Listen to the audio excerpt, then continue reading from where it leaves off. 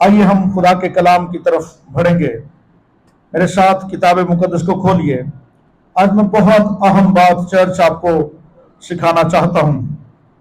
आज के सिनेरियो में जिन हालात से हम गुजर रहे हैं, ये बहुत जरूरी पैगाम है। मेरे साथ खोलिए यूहन्ना आरिफ का मुकाशफा, उसका 2 बाब और उसकी 8वीं आयत मुकद्दसा से हम पढ़ेंगे। लिखा है, और सुमरना की कलीसिया के फरिश्ता को यह लिख कि वो जो अव्वल व आखिर है और जो मर गया था और जिंदा हुआ, वो ये फरमाता है कि मैं तेरी मुसीबत और गरीबी को जानता हूं, मगर तू दौलतमंद है, और जो अपने आप को यहूदी कहते हैं और है नहीं बल्कि शैतान की जमात हैं, उनके लानतान को भी जानता हूं।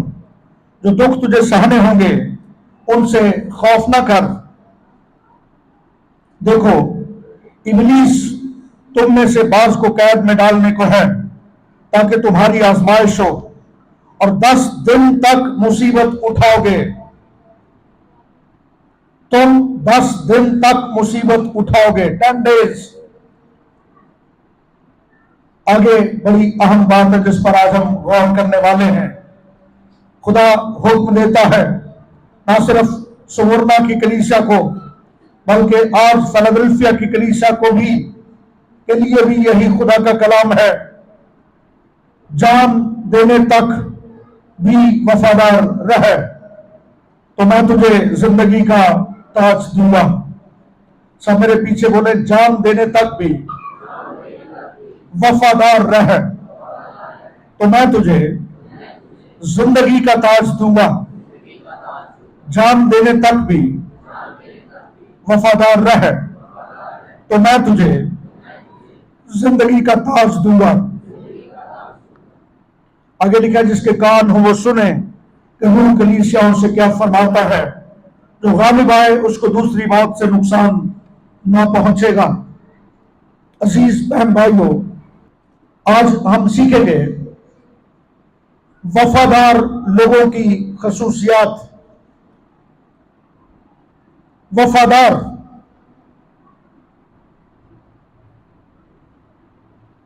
लोगों की खसूसियात क्या होती हैं। खुदा तकाजा करता है जान देने तक भी वफादार रहे। हम इस आयत मुकद्दसा को साल साल से पढ़ रहे हैं और कब्रों के कतबे पर लिखवा रहे हैं, लेकिन क्या आपने कभी गौर किया, ये सवाल आज मेरे लिए है, आपके लिए, हम सब के लिए, कि आर वी फेथफुल, क्या हम वफादार हैं। आज खुदा का कलाम है मेरे लिए और आपके लिए कि हम आज देखें कि एक वफादार शख्स, उसकी जिंदगी की खसूसियात क्या होती हैं। क्या हम वफादार हैं। हम चाहते हैं कि हम वफादार बने, और ये वफादार लफ्ज उस शख्स के लिए है जो वफा करता है। हम चाहते हैं हमारे बच्चे हमारे वफादार हों,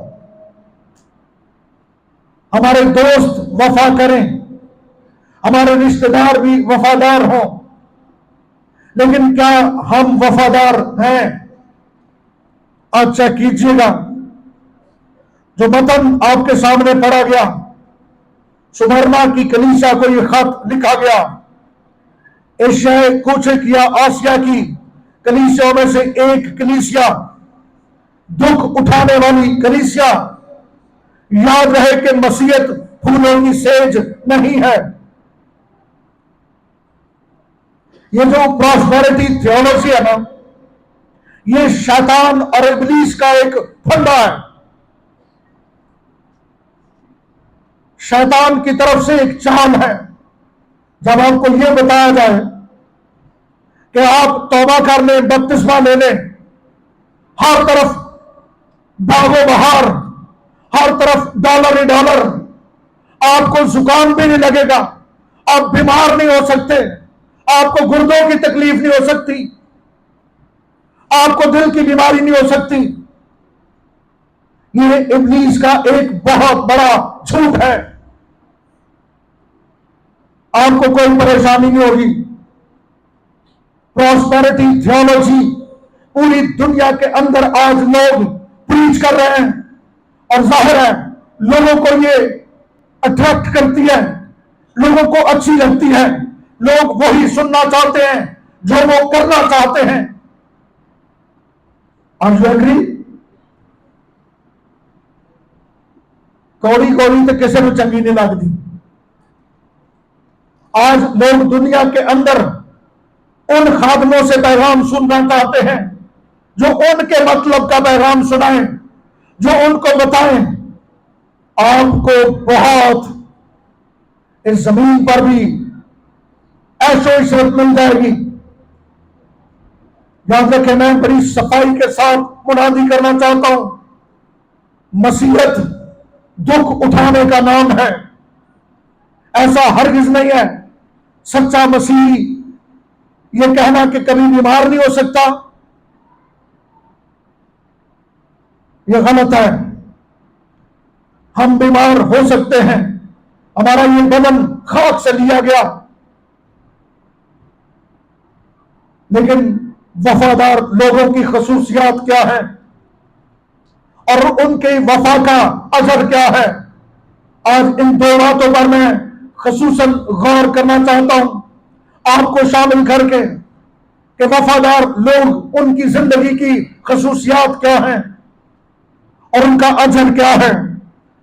सुमरना की कलीसिया दुख उठाने वाली कलीसिया, लेकिन दुख उठाने के बावजूद वो ईमान पर कायम रहने वाली कलीसिया।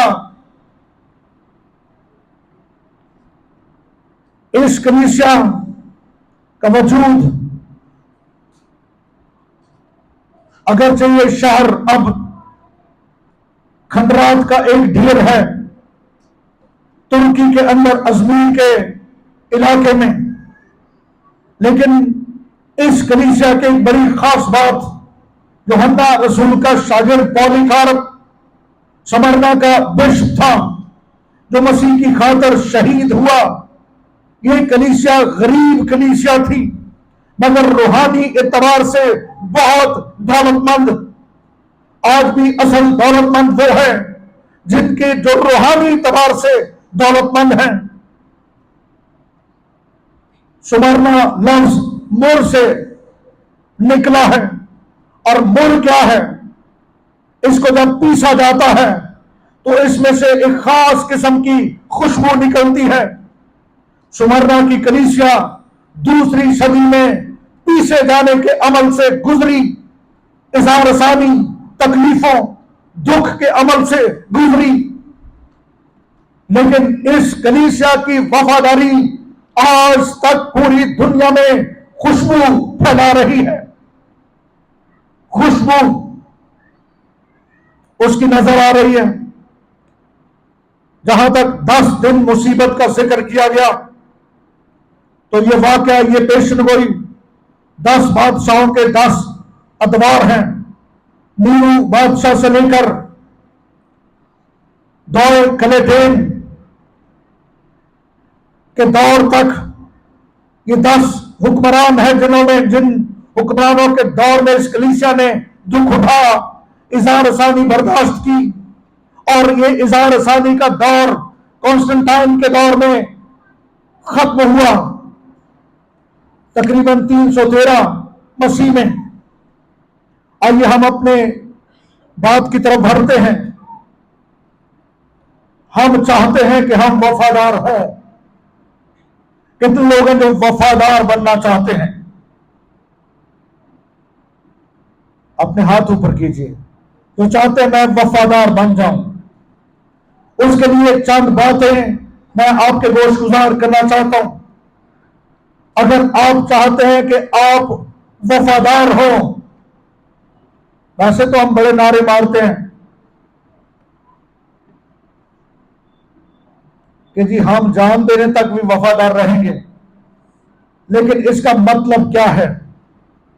सबसे पहली बात, एक वफादार मसीह का शागिर्द वो है जो सबसे बढ़कर मसीह से प्यार करता है। अगर कोई शख्स इस बात का दावेदार है कि वो वफादार है, वो फेथफुल है, तो वो सबसे बढ़कर, सुनिए, सबसे बढ़कर, जब सब कह रहा हूं तो सब का मतलब सब ही है,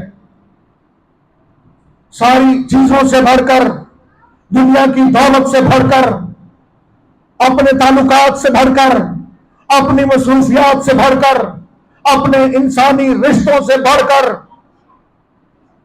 मसीह से मोहब्बत करता है। अगर कोई शख्स इन सब से बढ़कर मसीह से प्यार नहीं करता तो वो वफादार नहीं है।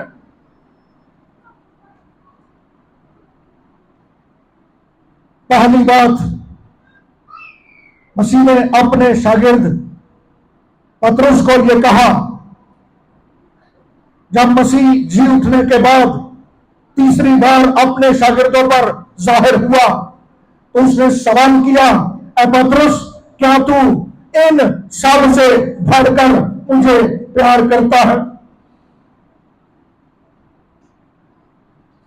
और आज यही सवाल, मैं डिटेल्स में नहीं जाना चाहता, अगर आप रोजाना बाइबल पढ़ते हैं तो आपको पता है कि मसीह ने 3 बार यह सवाल पूछा था, क्या तू इन सब से बढ़कर? वहां पर और कौन लोग थे? शागिर्द थे, शायद और भी लोग हों, और मैं सोचता हूं कि उसकी खानदान के लोग, उसकी बीवी, पतरस एक शादीशुदा शख्स था, उसके बच्चे भी होंगे, उसकी बीवी वहां होगी। मसीह ने कहा, तू इन सब से बढ़कर मुझसे प्यार करता है। इसका क्या माने है? कई दफा मसीह तकाजा करता है कि हम सबसे बढ़कर उसे मोहब्बत करें, अपनी जिंदगी में अव्वल दर्जा उसे दें, लेकिन हम उस वक्त नाकाम हो जाते हैं जब हमारे इंसानी रिश्ते, ताल्लुकात, दौलत, मसरूफियात दीवार बनकर बीच में खड़े हो जाते हैं। क्या आपने अमली तौर पर, मैं सवाल करना चाहता हूं, सीखिए बाइबल। मेरी जिंदगी में कई बार ऐसा हुआ, क्या आपकी जिंदगी में भी कभी ऐसा हुआ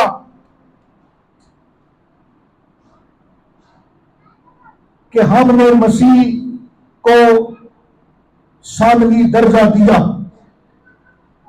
हमने दौलत को पहला दर्जा दिया, हमने अपनी मसरूफियात को पहला दर्जा दिया, हमने अपने रिश्तेदारों को पहला दर्जा दिया?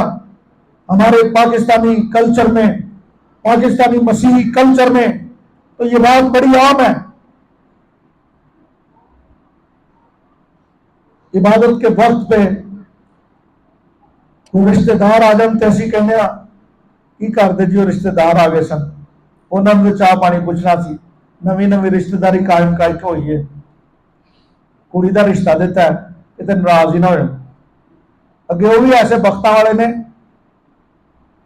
असा सारी मसरूफियत ततवार नहीं रखी होंगी ताकि अगला बंदा भी इबादत ना जा सके, ना असा आप जाना तो ना दूसरे जान देना। बाज आओ इन गलों तो। किसी के घर इबादत के वक्त पे जाने का प्रोग्राम मत बनाएं। हम और भी कई बातों में खुदा को अव्वल दर्जा नहीं देते। खुदा माफ कीजिएगा, ये बड़ी सख्त बात है, खुदा हमारे लिए हमारी जिंदगी में सामने दर्जा रखता है। हम कहते हैं नहीं, पहले हमारी खुदगर्जी, हमारे काम, हमारी जिंदगी, हमारी मर्जियां सब कुछ पहला दर्जा रखती हैं, लेकिन खुदावन तकाजा करता है अगर हम वफादार बनना चाहते हैं तो अपनी जिंदगी में सबसे बढ़कर पहला दर्जा खुदावंद को दीजिए, अपनी पहली मोहब्बत खुदावंद को बनाइए। मत्ती रसूल की मार्फत लिखी गई इंजील उसके 10वें बाब की 37वीं आयत ये बयान करती है, जो कोई बाप या मां को, मसीह ने खुद फरमाया, जो कोई बाप या मां को मुझसे ज्यादा अजीज रखता है, बेटे या बेटी को मुझसे ज्यादा अजीज रखता है, वो मेरे लायक नहीं। आप इसका क्या मतलब देते हैं? क्या हमें अपने मां बाप की इज्जत नहीं करनी चाहिए? क्या हमें अपने बच्चों को अजीज नहीं रखना चाहिए? इसका मतलब यह नहीं है हमें अपने मां बाप की इज्जत करनी है, हमें अपने बच्चों को अजीज रखना है, लेकिन मसीह से भरकर नहीं।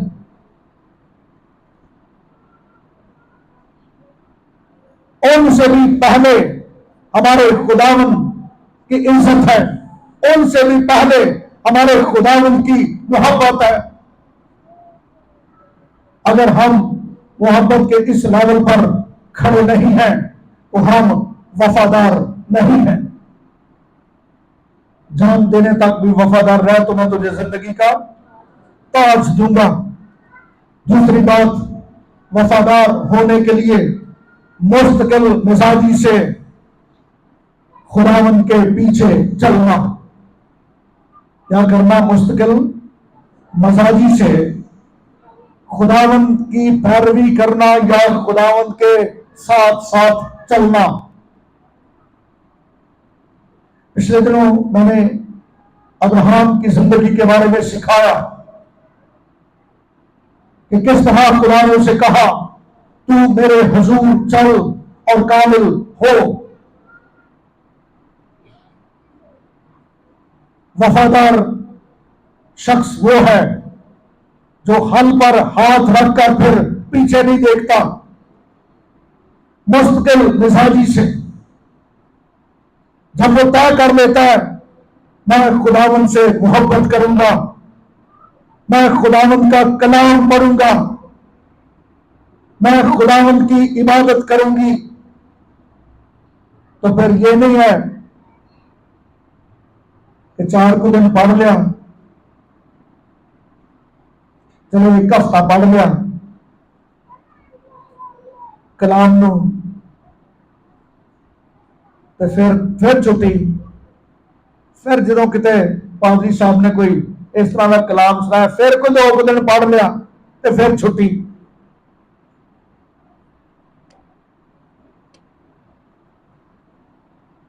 आप इस बात को समझ रहे हैं जो मैं कर रहा हूं? कितनों को समझ आ रही है? मसीही जिंदगी एक तर्ज जिंदगी है, एक लाइफस्टाइल है, और इस लाइफस्टाइल में हर रोज आपने अपने खुदावंद के साथ चलना है, मुस्तकिल मिजाजी के साथ, मुस्तकिल मिजाजी के साथ। पीछे मुड़कर नहीं देखना। एक बंदी थी ना जिसने पीछे मुड़कर देखा था, क्या हुआ? लेकिन एक बाइबली मिसाल हम हनूक की देखते हैं। हनूक खुदा का वफादार बंदा था। हनूक कौन था? खुदा का वफादार। उसके बारे में बाइबल में लिखा है कि वो 365 साल तक जिंदा रहा। कितने साल? और वो 365 साल खुदा के साथ साथ चलता रहा। उसकी जिंदगी में भी बड़ी परेशानियां आई होगी,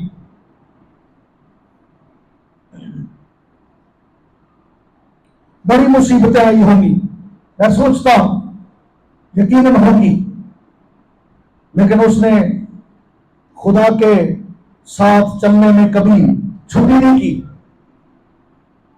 कोई बात नहीं, आज रहम दो, खैर है। अज दुआ नहीं करते, अज कलाम नहीं पढ़ते, फिर की हो गया? वफादार सुनिए नौजवान, सुने बेटे बेटियां, अगर आप कहते हैं कि मैं जान देने तक वफादार रहूंगा,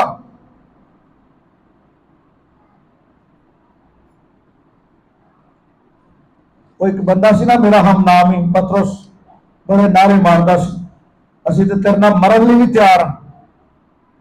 शागिर्द भी कह रहे थे ना, हम तो तेरे साथ मरने के लिए भी, लेकिन जब वक्त पड़ा तो क्या हुआ? सब बेफुली हो गए, वो भाग गए। सच्चा मसीही फिर भागता नहीं है। एक बार खुदावन से वादा करके, खुदावन से कमिटमेंट करके, दुख आए, तकलीफ आए, परेशानी आए, मुसीबत आए, कुछ भी आ जाए, वो मैदान छोड़कर भागता नहीं है।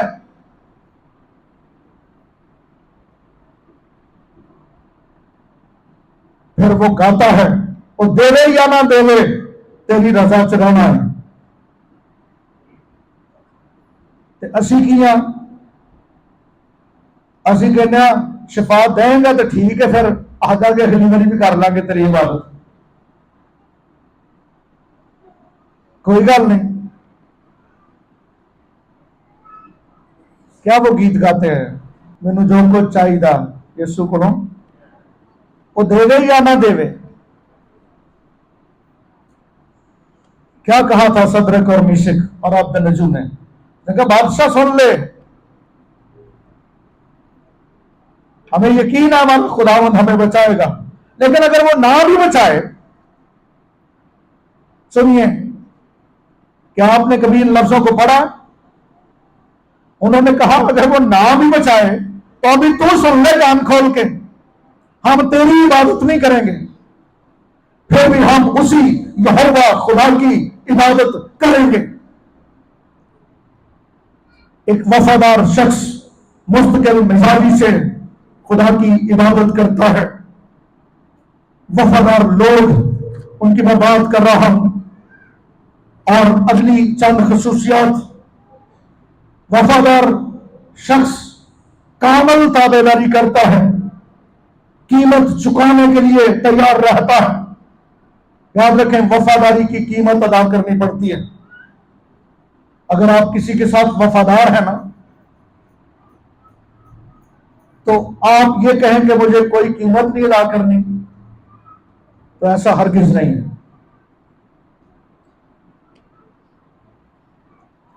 वफादारी की सबसे बड़ी मिसाल हमारा खुदावंद यीशु मसीह खुद है। उसने वफा की और हमारी खातिर अपनी जान की कीमत अदा की। कामल ताबेदारी का वो तकाजा करता है और जिसके लिए कीमत अदा करनी पड़ती है। लूका तबीब की मार्फत लिखी गई अंजील उसके 14वें बाब की 35वीं आयत ये फरमाती है, मसीह ने फरमाया खुद, जो कोई अपना सब कुछ तर्क ना करे वो मेरा शागिर्द नहीं हो सकता। क्या आप इस आयत को मेरे साथ पढ़ना चाहेंगे? फिर आपको समझ आ जाएगी कि मसीहत सच्ची मसीहत है क्या। बोलिए मेरे साथ, जो कोई अपना सब कुछ, जो कोई अपना सब कुछ तर्क न करे वो मेरा शागिर्द नहीं हो सकता। हाँ जी, असी तो मसीह की खातर एक छोटी जी गल नहीं छड़ सकते। नौजवानों जरा गौर करो, सब कुछ तर्क ना करे, यू हैव टू पे द प्राइस। अगर आप वफादार कहलाना चाहते हैं, मैं बाइबली किरदार के बहुत से लोगों के नाम ले सकता हूं, बाइबली किरदार जिन्होंने वफादारी दिखाई और उन्होंने कीमत अदा की है। ऐसे नहीं है। सो कामल ताबेदारी में कीमत अदा करनी पड़ती है।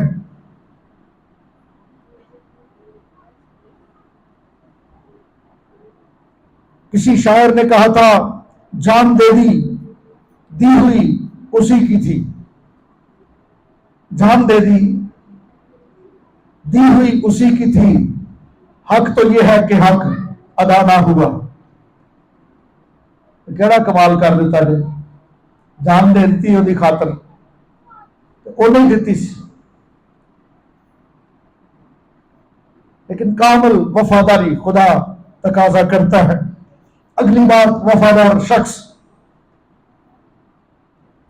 सच्चा वफादार शख्स तख्ते से गुजरकर तख्त तक जाता है। कहां से गुजरकर?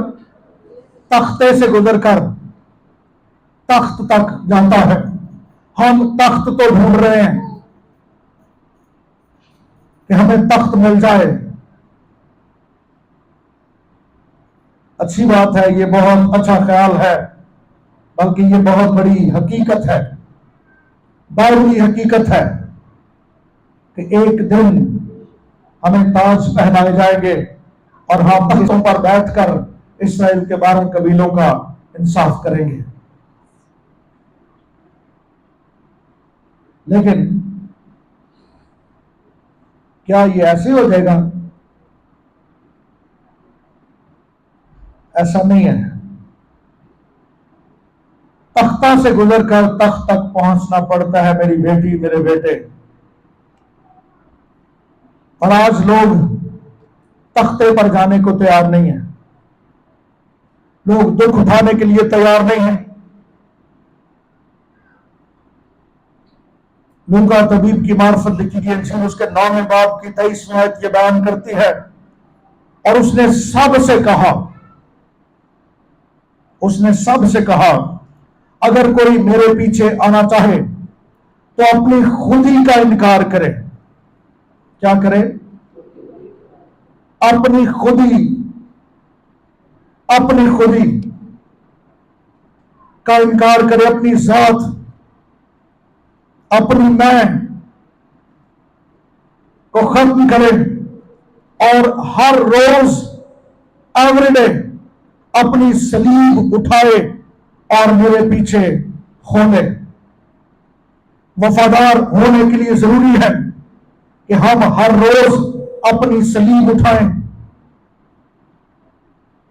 जो भी दुख आए हम खुशी के साथ उनको कबूल करें।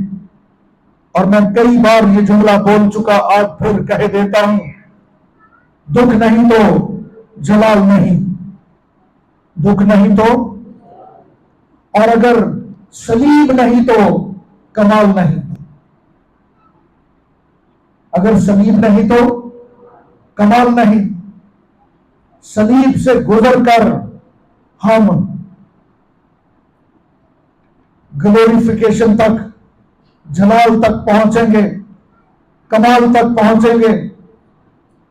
अगर सलीब नहीं तो फिर हम कमाल तक नहीं पहुंच सकते। तो इसलिए वफादार शख्स सलीब उठाने के लिए हर वक्त तैयार रहता है। अब ये बहुत बड़ा सवाल है कि मेरी सलीब क्या है?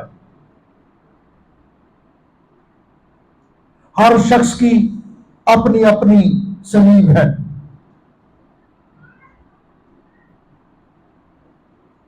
जो उसे उठानी है।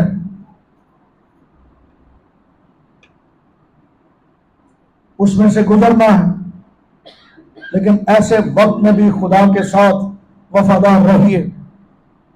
अगली बात जो वफादार होने के लिए जरूरी है,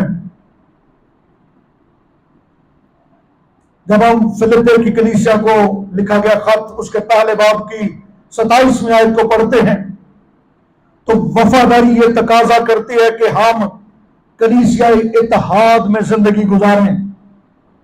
वफादार लोग वो हैं जो कलीसियाई इत्तेहाद में जिंदगी गुजारते हैं।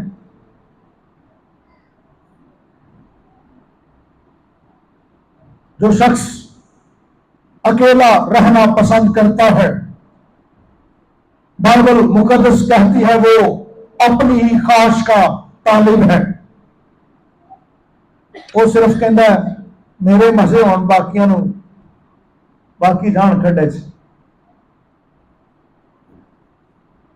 मैं तो सैट हाँ अपने घर, मैंने तो कोई प्रॉब्लम नहीं ना, लेकिन वफादार शख्स दूसरे ईमानदारों के साथ, मसीह के बदन के साथ रिफाकत में जिंदगी गुजारता है। वो दूसरे ईमानदारों के साथ उनके दुख सुख में शरीक होता है, उनके साथ कई तरीकों से शेयरिंग करता है।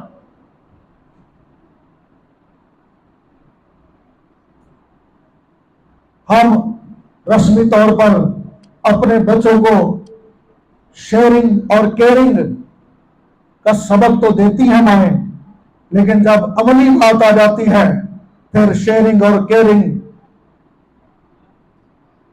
हो गई। चर्च कलीसिया मसीह का बदन है और वफादारी यह है कि हम कलीसिया के साथ इत्तेहाद में जिंदगी गुजारें, हम एक रिफाकत में रहें, हम एक दूसरे के साथ जुड़े रहें, हम एक दूसरे की फिक्र करें, हम एक दूसरे का पूछें।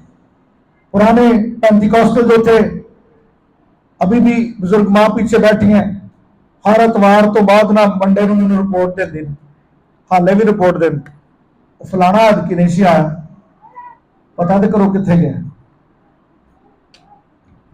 और हम क्या हैं, मुझे इस बात की कोई परवाह नहीं है।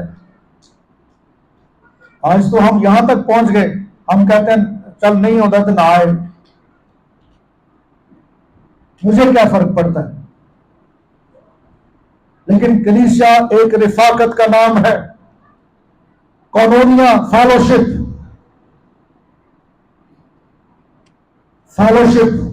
ये लफ्ज फेलोशिप ये बड़ा अहम है। इसका मतलब है एक ही शिप पर, शिप समझ गए ना, कश्ती से बड़ा जो जहाज होता है, बहरी जहाज, शिप उसको कहते हैं। फेलोशिप इसका मतलब है एक ही बहरी जहाज पर बैठे हुए लोग। फेलोशिप कहते हैं बहरी जहाज पर एक ही तख्ते पर, एक ही जगह पर बैठे हुए लोग। वफादार वो लोग हैं जो कलीसिया इत्तेहाद के अंदर जिंदगी गुजारते हैं। फिलिपियों का खत ये फरमाता है तुम एक रूह में कायम रहो और अंजील के ईमान के लिए एक जान होकर जांफशानी करो। जो लफ्ज मैंने बोला कॉनोनिया, इसके एक माने हैं रोमी सिपाही जो कंधे से कंधा मिलाकर चलते थे। इसका तर्जुमा किया जाता है रिफाकत। आखिरी चंद बातें, वफादार आदमी वो है जो रूहानी तौर पर सौदागर है। वफादार कौन है? जो रूहानी तौर पर सौदागर है। कलीसिया को इस बात को भी समझने की जरूरत है। मत्ती रसूल की मार्फत लिखी गई इंजील उसके 25वें बाब में तोड़ों की मिसाल मौजूद है। किसी को एक तोड़ा दिया, किसी को 2, किसी को 5, हम सब को भी तोड़े मिले हैं। हो सकता है किसी को 1 मिला हो, लेकिन फिक्र की कोई बात नहीं है। किसी को 2 मिले हों, किसी को 5 मिले हों। तोड़ों से मुराद है एबिलिटीज, लियाकतें, सलाहियतें, काबिलियतें। जो काबिलियत खुदा ने आपको दी, जो सलाहियत खुदा ने आपको दी, वफादार वो शख्स है। अगर आपके पास कोई भी काबिलियत है, क्या आप उस काबिलियत को चर्च के अंदर, कलीसिया के अंदर खुदा के जलाल के लिए इस्तेमाल करते हैं? हो सकता है आपके पास कोई मैनेजमेंट की काबिलियत हो,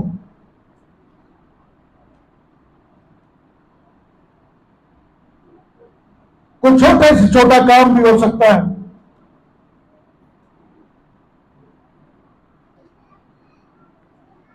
जो कुछ आप कर सकते हैं खुदावंद के लिए, लेकिन खुदावंद के काम में बढ़ोतरी के लिए आपको अपना हिस्सा डालना है और इन तोड़ों को चमकाना है। और जिस शख्स ने 5 से 10 बनाए, 2 से 4 बनाए, उनको क्या मिला? मालिक की तरफ से क्या कहा गया? शाबाश। क्या उनको कहा था? शाबाश, तू थोड़े में ध्यानदार रहा, मैं तुझे बहुत सी चीजों का मुख्तार बनाऊंगा। Well done. उन्हें कहा गया, good and faithful servants, you have done very well, receive more and do more. तूने थोड़े को, जो जितना तुझे मिला था, तूने उसमें वफादारी की है। उसे फेथफुल सर्वेंट कहा गया, वफादार खादिम।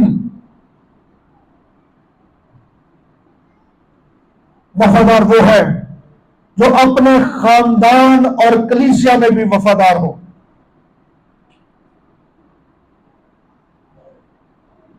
अगर आप अपने खानदान के साथ वफादार नहीं है, कलीसिया के साथ वफादार नहीं है, तो आप वफादार नहीं है। अभी वक्त नहीं कि मैं हवाले पढ़ाऊं। आप नहमिया का सहीफा पढ़िए, वहां पर नहमिया एक भाई को, जिसका नाम हनानी लिखा गया, और एक और भाई जिसका नाम हनानिया लिखा गया, उनको वफादार और ध्यानदार कहता है कि मैंने यरूशलेम को इनके स्पुर्द कर दिया, क्योंकि मुझे पता है कि ये वफादार और ध्यानदार लोग हैं। अगर आप अपने खानदान के साथ वफादार नहीं है, घर वाले नाली 2 नंबरियां कर दो। अगर कोई शख्स अपनी बीवी के साथ वफादार नहीं है, बीवी अपने शौहर के साथ वफादार नहीं है, तो वो खुदा का कैसे वफादार होगा?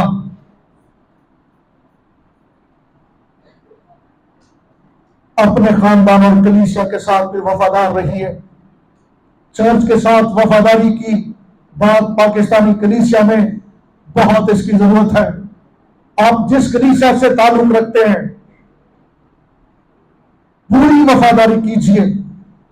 अगर उस कलीसिया में कुछ मामलात, कुछ चेहरे आपको पसंद नहीं है, मिसाल के तौर पर कोई शख्स ये कह सकता है कि नहीं जी, मैनू पास्टर पतरस दी ए गल पसंद नहीं, तो मैं आपसे मिन्नत करता हूं, दरखास्त करता हूं, बजाय इसके कि आप पास्टर पतरस के खिलाफ उठ खड़े हों। मैं मिसाल दे रहा हूं, आप नारेबाजी शुरू कर दें, आप अग्रेशन शुरू कर दें। सबसे अच्छा तरीका यह है कि मैं आपसे ये सवाल करना चाहता हूं, अगर पास्टर पतरस कुछ गलत कर रहा है, आपको पसंद नहीं है, तो क्या आपने उसके लिए दुआ की? बहुत सी कलीसियाओं के अंदर इस वजह से इंतशार है, सुकून नहीं है, इत्मीनान नहीं, लोग आते हैं इबादत करने के लिए, वहां पर माहौल ही कुछ और बना होता है। वजह क्या है कि लोग कलीसिया के साथ, चर्च के साथ वफादार नहीं है। बात दोनों तरफ की है। चर्च लीडर्स, उनको भी चर्च के अराकीन के साथ वफादार रहने की जरूरत है, और जो चर्च के मेंबरान हैं, उनको भी चर्च लीडरशिप के साथ वफादार रहने की जरूरत है। एक दूसरे के साथ वफादार रहिए। मूसा के बारे में हम इब्रानियों के खत में पढ़ते हैं कि मूसा तो उसके सारे घर में खादम की तरह ध्यानदार रहा, ताकि आइंदा बयान होने वाली बातों की गवाही दे।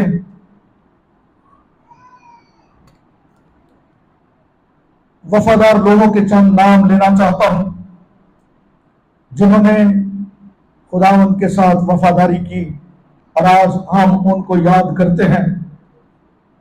सबसे बड़ा वफादार अपनी बशरियत में हमारा खुदावंद यीशु मसीह, और इसके बाद हम मुकद्दसों को देखते हैं। बाप अब्राहम, जिसने खुदा के साथ इस कदर वफादारी की कि उसने अपने बेटे को कुर्बान करने से दरेग नहीं किया। क्या आज हम किस वफादारी के दावेदार हैं? हम कैसे कह सकते हैं कि we are faithful to God? We are faithful to God, हम खुदा के साथ वफादार हैं। अयूब बदली तकलीफ, सब कुछ खत्म होने के बावजूद भी खुदा पर भरोसा करने वाला, खुदा के साथ वफादारी करने वाला यूसुफ वफादार शख्स।